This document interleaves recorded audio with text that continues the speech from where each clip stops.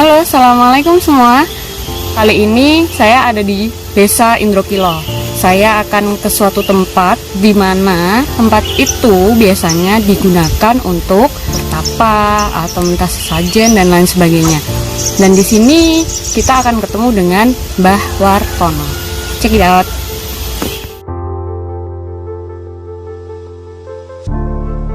Di sini saya sudah bersama Mbah Wartono.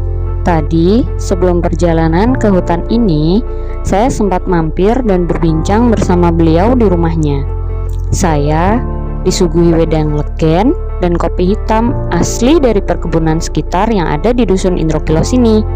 Dan ternyata, beliau juga salah satu warga yang suka mencari madu di hutan loh.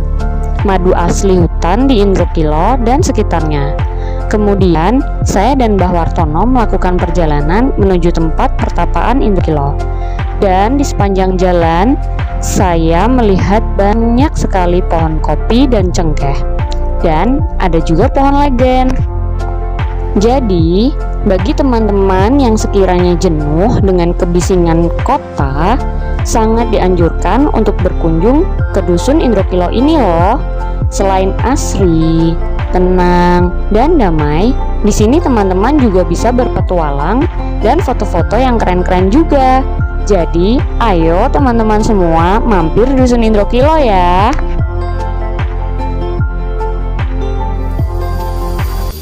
Halo, nama saya Nazila.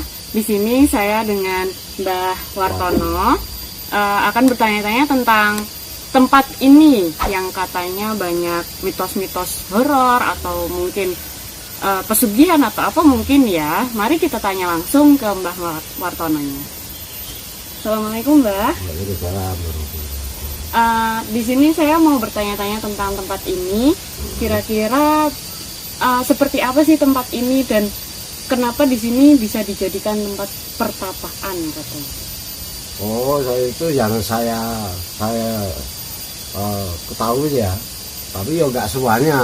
Dulunya itu ceritanya itu daerah sini itu untuk pertapa itu cara kewayangannya itu Janoko.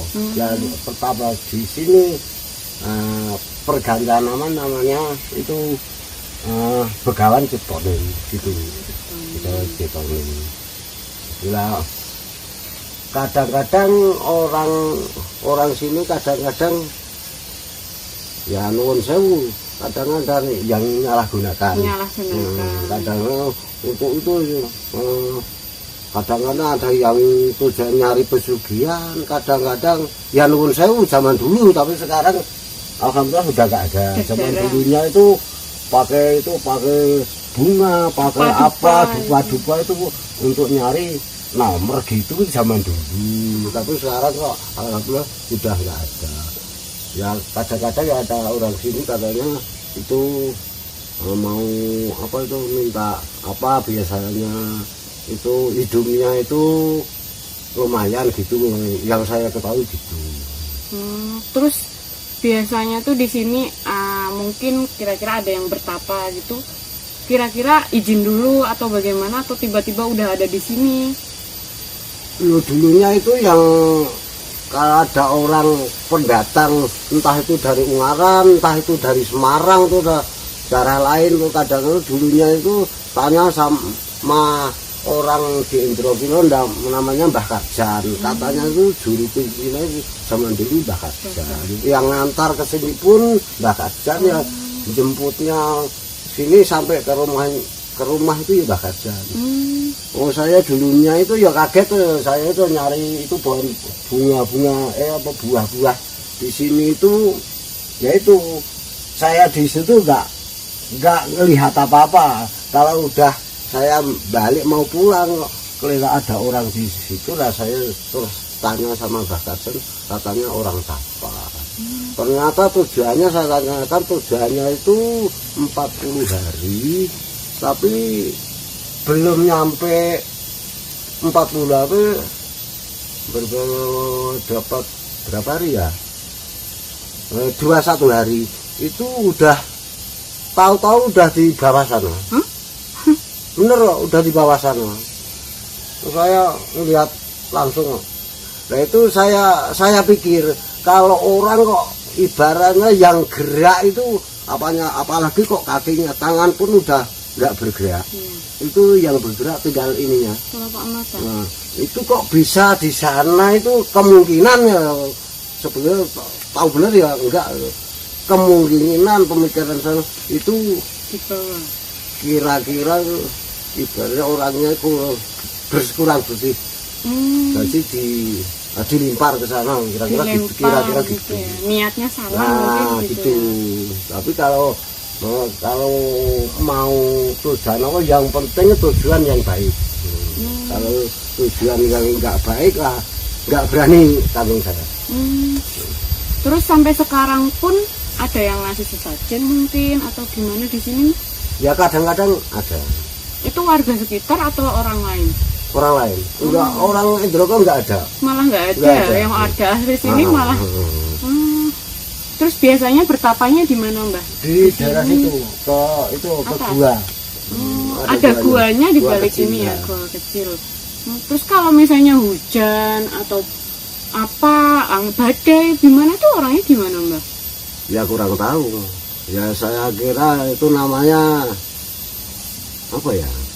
Namanya orang nyari, kalau belum ketemu yang dicari ya hujan pun pasti ya ditempuh.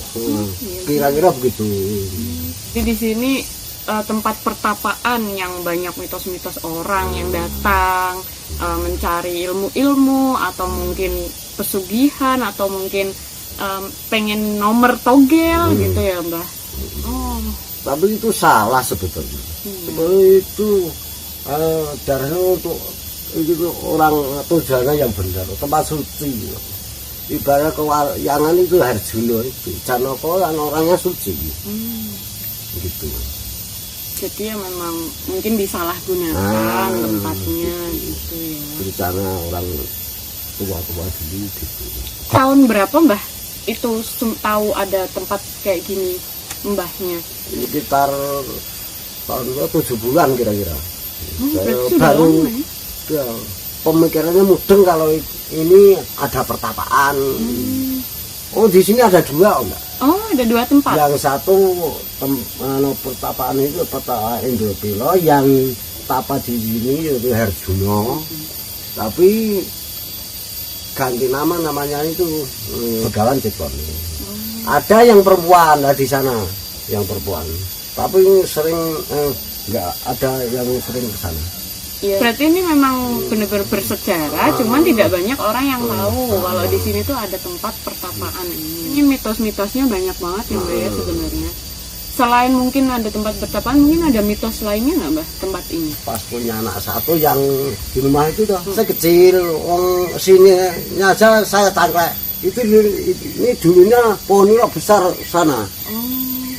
Nah, saya tongkrong di situ. Tahu-tahu ada orang banyak. Itu bikin selamatan di situ, dan saya diundang. Terus tanya, Mbah, pengen tanya, Mbah, ya tanya apa, Mas? Orang tua daerah sini siapa? Ya orang tua banyak lah, Mas. Enggak kok, maksudnya itu ya orang tua yang tahu sejarah ini. Wah, saya itu enggak tahu. Nah, ngomong tanpa sengaja saya diajak selamatan situ. Pas selamatan itu ya pakai itu tumpeng, terus pakai itu ayam, ayam, terus pakai itu pisang raja temen itu 3 sisir kalau nggak salah zaman dulu itu. Nah, itu anak saya terus dipanggil, anak saya dikasih gitu. Nah, terus ngomong itu saya nggak sengaja. Lah maksudnya ya gitu yang saya tanyakan itu, Mbah, itu. Terus berapa tahun ya? Begini ada 20 tahunan lebih, sekitar 30 tahunan. Sekarang pun kadang-kadang masih di tempat saya. Datang ke tempat. Berarti kayak gitu mungkin tergantung orangnya juga ya, Mbak, yang kesini, yang bertapa atau apa gitu. Itu biasanya durasi paling lama orang bertapa di situ tuh, di sini tuh berapa hari, Mbak? Setahun, Mbak? 40 hari. 40 hari itu benar-benar ada yang 40 hari di sini. Kabarnya itu yang Kalau yang udah saya ketahui yang gagal itu tujuannya 40 hari, tapi nyampe 21 hari udah dilempar ke bawah sana. Nah, kabarnya ada yang apa di situ nyampe 40 hari itu kan udah apa ya, udah di rumah sebelum berangkat ke sini udah apa namanya janji sama keluarganya, nanti setelah saya cara zaman itu kalau udah tutup, udah tutup 40 hari, tolong saya dijemput. Ternyata ya enggak dijemput. Dijemput di sini. Dijemput ini itu keluarganya, tapi enggak dikirim, entah kemana sekarang enggak tahu. Itu kabarnya benar, salahnya saya enggak tahu. Berarti enggak balik gitu ya enggak. Intinya? Oh ya Allah. Ya banyak sekali mitos-mitosnya. Jadi berarti di sini dulu tuh pohon besar sebenarnya. Sini sekarang udah ambruk, Mas. Nah di situ, di situ ada pohon randu alas besar. Dulunya. Nah, di situ. Itu ada bekas. Kalau nggak salah, masih ada enggak ya? Nggak ada. Dulu besar. Lah itu atasnya itu ada batunya besar. Di atas pohonnya. Ceritanya itu zaman dulu itu yang pelintengan kan itu Begawan Ciptoning itu yang ngomong kan Semar Petruk Gareng Bagong, katanya yang pelinteng batu di atas pohon itu randu alas itu katanya Semar gitu kan. Tapi orang sini tahu udah nggak ada. Bilangnya kemana ya nggak tahu. Berarti dulu ada batu di atas pohon gitu ya, Mbak? Mbahnya pernah lihat atau? Enggak lihat. Berarti itu mitos gitu ya, Mbak? Zaman dulu. Berarti mbahnya ini juga asli orang sini, jadi beberapa tahu tentang informasi itu. Pesan dan nasihatnya dari Mbak? Gini, saya sebetulnya orang dipakai kebebasan. Bener toh? Pakai kebebasan, entah itu jalan apa atau jalan benar salah, semua yang ngatur yang di atas sana, tergantung orangnya gitu.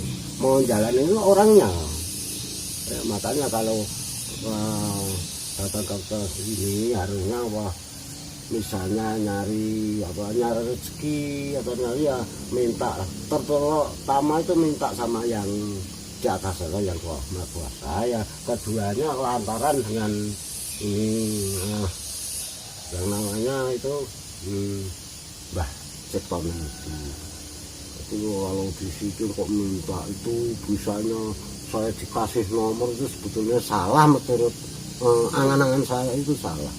Rezeki itu udah diatur sama yang di atas kok, nggak usah kalau dicari gini tapi ya dilantarin sama kerja ya. Siapa yang mau ngasih, nggak ada usahanya ya, sama aja ya, siapa yang mau bayar orang pengangguran lagi gitu. Iya benar. Harusnya kerja terus dikasih dilambari doa, sudah itu sama-sama seimbang gitu, antara usaha dan doa gitu. Oh saya udah merasakan loh. Rezeki sudah ada yang saya itu dulunya ya orang nggak punya, sekarang pun ya nggak punya, tapi udah mendingan daripada zaman dulu gitu loh ya, karena usaha itu ya, usahanya keras. Masih umur segini saya masih kerja masih kepulur, sudah kerasa. Nah itu sebagai contoh. Terima kasih Mbak atas wawancara hari ini. Mungkin sekian dari kami. Terima kasih sudah menonton dan assalamualaikum warahmatullahi wabarakatuh.